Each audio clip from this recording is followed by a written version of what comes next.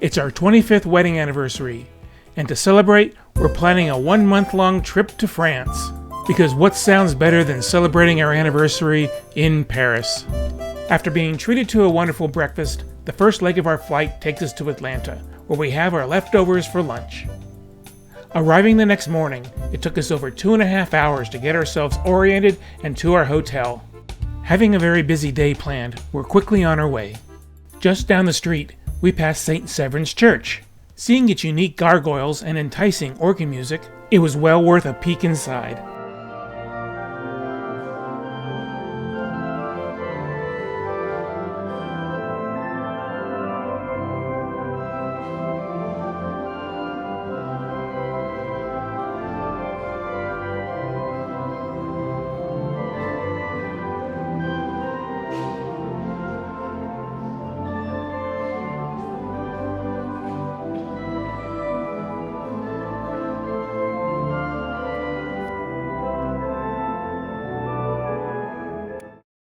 We're feeling a little rushed for time since we have 6:30 reservations for a Segway Tour. So we pass up on lunch and make our way to the SaintChapelle metro station across from Notre Dame. Arriving at our stop, we're treated to our first view of the Eiffel Tower.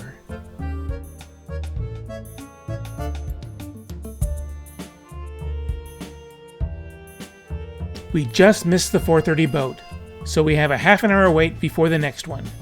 That's cutting it pretty close for our tour, since we have about a 20-minute walk to Fat Tire Segway Tours. But it's a beautiful day, and we get to relax and enjoy the scenery.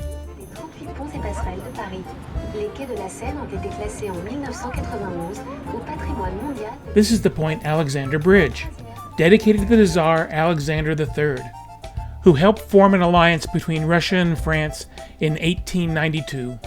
In the background is the Grand Palace, a large iron and glass exhibition hall, also built in the late 1800s.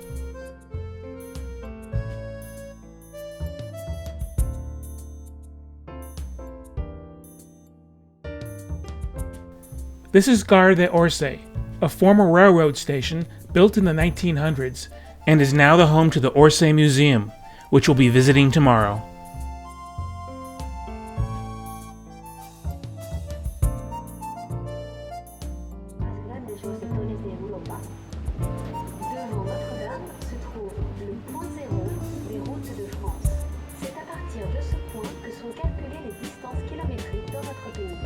In front of Notre Dame is Point Zero for France's roads. It is from this point that all kilometer distances are calculated. On your left is the Ile de la Cité, where the city of Paris was born. It is home to Notre Dame Cathedral, whose construction began in 1163. It was completed 182 years later. It has Europe's largest stained glass rose windows. A su izquierda, la Isla de la Cité es el lugar de nacimiento. À gauche, le square du Vert-Galant, surnom donné au roi Henri IV. Car malgré son âge, il restait très entreprenant à l'égard des dames.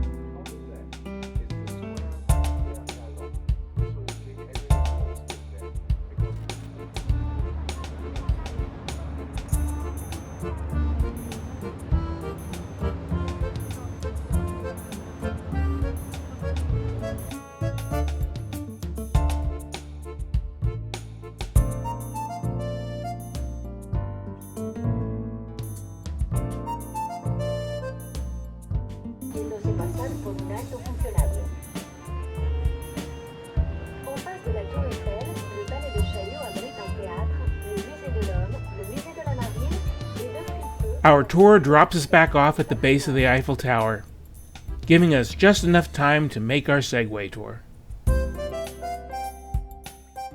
After having to get all suited up in our safety equipment and finishing up a quick refresher course, we're soon on our way with our guide Fraser. So, École Militaire, that means military school, okay? So called because this is a military school. The French have a very simple way of naming their buildings. They basically call it what it is, okay? This was built by a guy called King Louis XV. Now, I will tell you tonight about 3 different King Louis.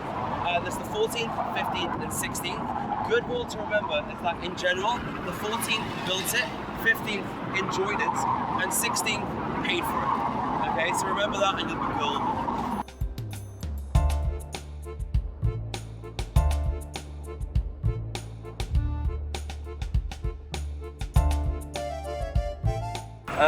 One of my favourite buildings, if not the favourite building of mine in Paris.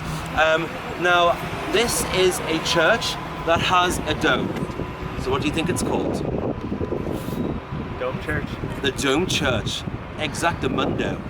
Yes, this is called L'Église de Dôme, literally translates as Dome Church. I told you, very simple naming systems in Paris. Now, this was built by... Louis XIV. Yes! People are learning, this is good. Yes, Louis XIV, the guy that built most of I want to the make stuff. sure everybody can hear. 50 points to Griffin. Yeah. He was actually 4 years old. Okay, it was like Simba. Yes, 4 years old when he became king of France, and was a long reigning monarch, 72 years. That means he died at age 76. Now, when you consider the average life expectancy for a man at the time was around 37 years old, you'll realise that that was a good old innings, as we say in the UK.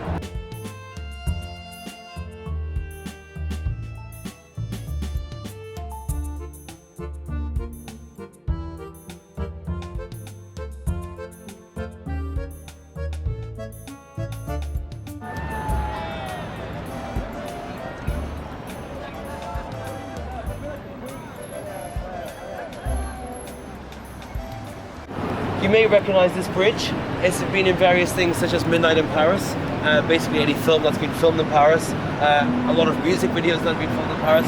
Adele actually filmed her video for Someone Like You on this bridge, as well as walking along the banks of the river here. This bridge is called the Pont Alexandrois, the bridge of Alexander III. Alexander III, not a French king, not even a French man, no. He was actually Russian. He was a Russian Tsar. Now, this bridge was built in 1900 to signify something called the Franco-Russian Alliance. Basically, after years and years of war, France and Russia decided to be friends. So the alliance was signed in 1890, and 10 years later, here we are. Interesting fact about the Grand Palais on the left there, that roof actually weighs more than the Eiffel Tower, which is pretty damn impressive.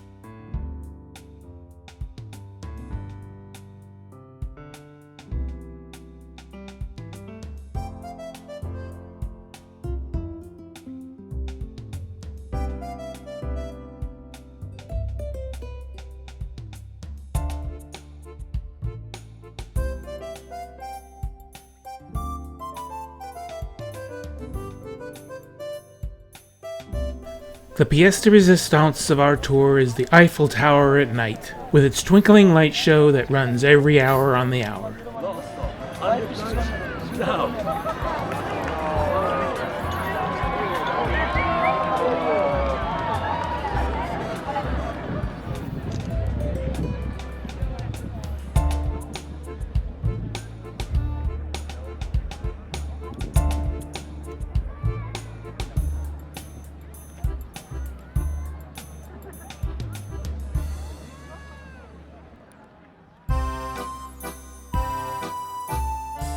We're up early the next morning, and we head down to a line of food shops near our hotel.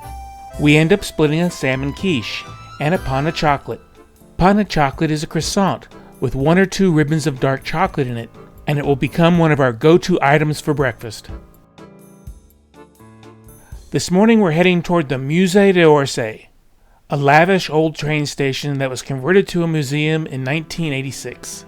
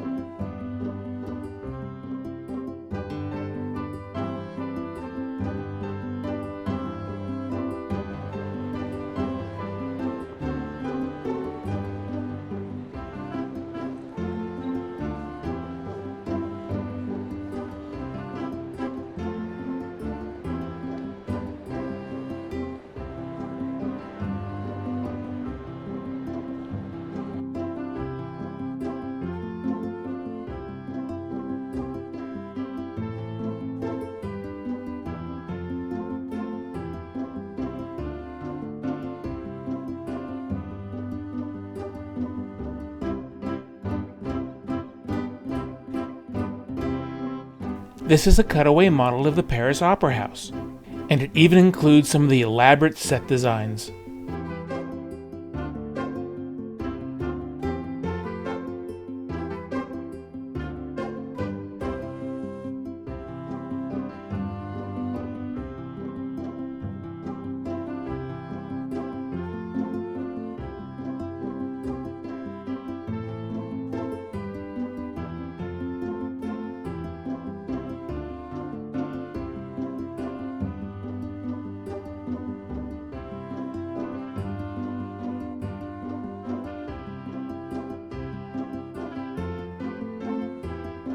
The restaurant here is supposed to be pretty good, but it wasn't open for lunch yet.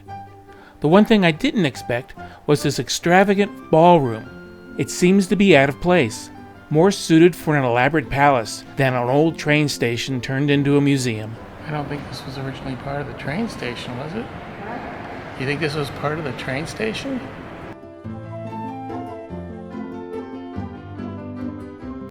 After leaving Musée dOrsay, we head back to the Saint-Michel station and take the opportunity to look at the plaza and the Saint-Michel fountain.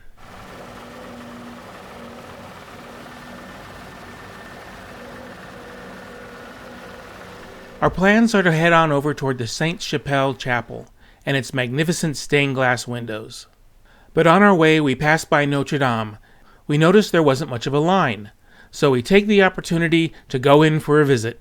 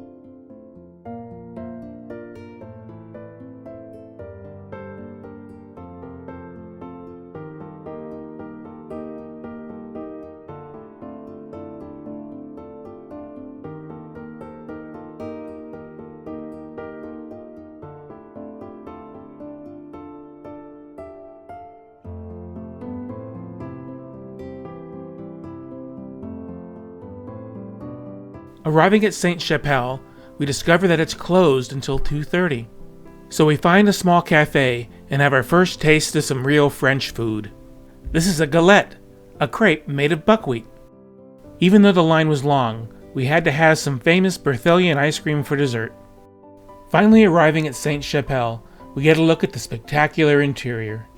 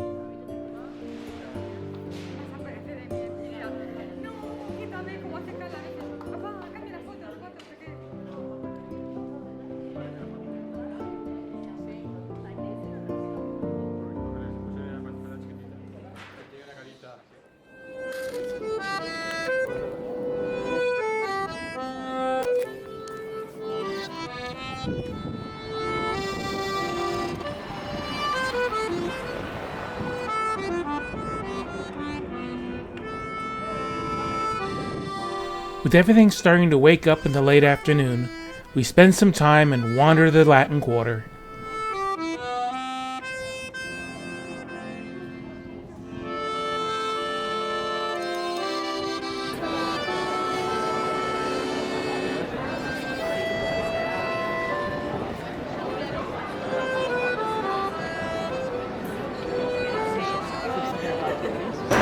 Oui, monsieur.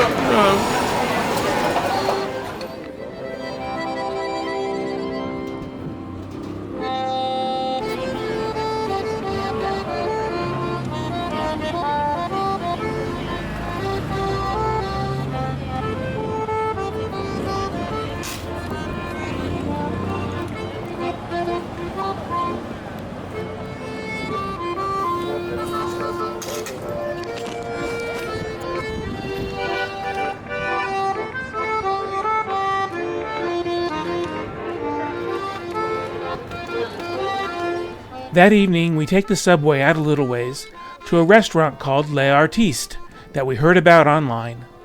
We each had beef bourguignon as the main course, and Marianne had escargot for appetizers. And yeah, they were pretty good.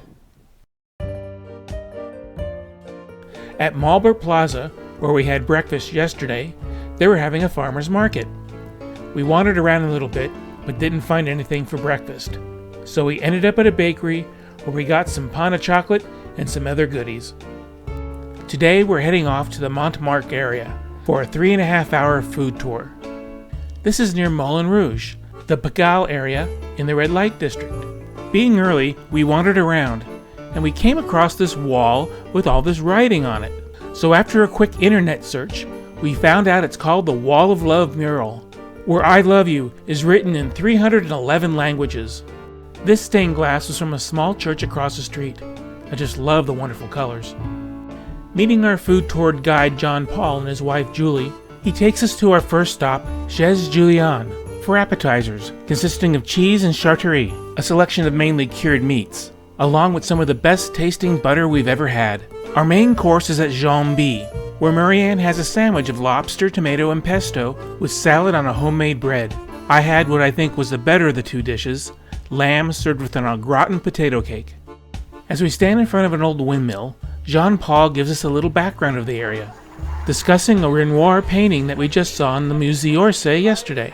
Renoir, it's titled Au bal du Moulin de la Galette, so the ball at the Moulin de la Galette. It's actually done in the back courtyard of the restaurant here. Thing is, the courtyard's nowhere near that big anymore. It used to go all the way down to the other windmill, and in fact, actually, the restaurant here today still owns the other windmill. They own that little plot of land where the other one is. And they sold off everything in between just as the way just to make up some money in the early 1900s. But yeah, this painting was done here back when the courtyard was a little bigger. So here's a couple of things, for example, to notice in here. First of all, they have chandeliers in here. Just to tell you now, these chandeliers were not actually in this open courtyard because it'd be very tough to hang a chandelier in midair. Second, the female model, it is the same person over and over again. She's in here like 10 different times. And it was just because he couldn't find that many models and she had a lot of free time, so he just dressed her differently several different times in here. But yeah, you just see the same face over and over again in here. After hearing some more interesting stories of the area and enjoying some of the wonderful views, we come to Crêperie Bon-sur-Lion, where we're having dessert.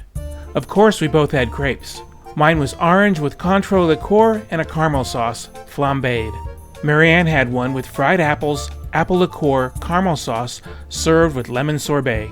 Our tour ends at Sacré-Cœur Church, where we say our goodbyes and take the tram car up to the highest point in Paris.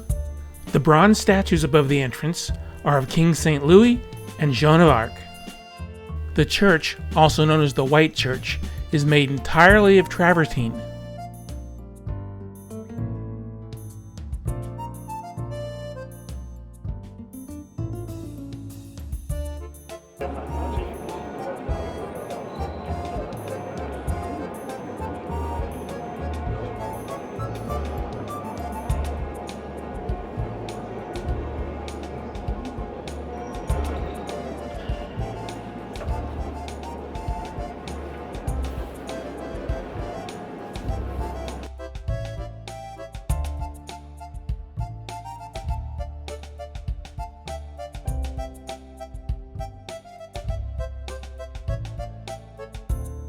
Our next stop for the day is to hop on the subway and visit the Arc de Triomphe.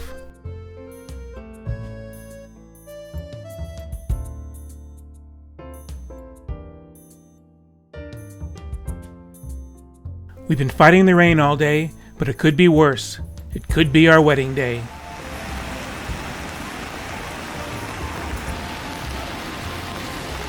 Our last stop of the day is Trocadero Gardens at the foot of the Eiffel Tower.